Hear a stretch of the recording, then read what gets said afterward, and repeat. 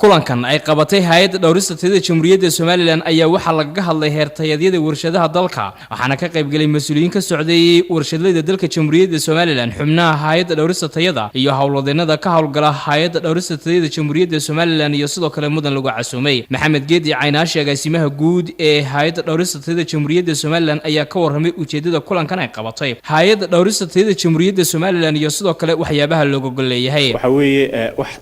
muddo soo socday tababarkani oo 3 sano ugu dambeysay hay'addu ay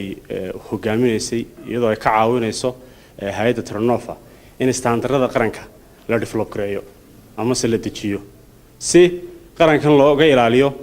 waxyaalaha dibadda ka imanaya waxa lagu sameeynayaba oo waxte sugan dadkii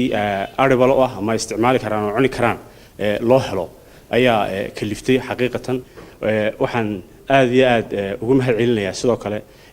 gudida inta isku hawleysay ku hawlanayd in qarankan uu yeesho standard u gaar ah jaamacadaha dalka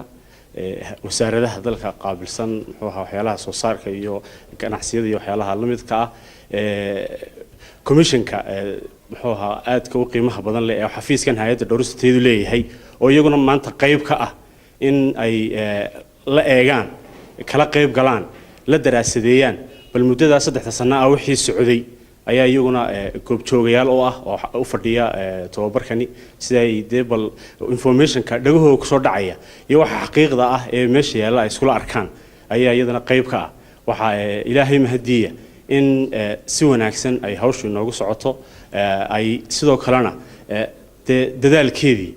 muddada aan soo wadnay madadalkiisa aynu maanta hayno oo aynu fadhino buugtaada hortaalay ay ka yihiin waxa soo dhanba wax ku suntan waxay noqonaysaa dadaalkeedu ku aad la timaadeen ee muddadaasba ku hogaaminayseen ee muddadaasba u samreyseen in halka la soo gaaro Amal Cabdi Xasan gudoomiye ku-xigeenka hay'adda dhowrista tayada Jamhuuriyadda Soomaaliland oo halkaasi ka hadashay ayaa waxa ay sheegtay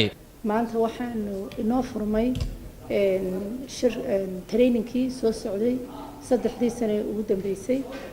oo 4 cisho oo maanta koow ka tahay inoo socon doono ilaa Khamiista waxaana inala wada hay'adda Terranova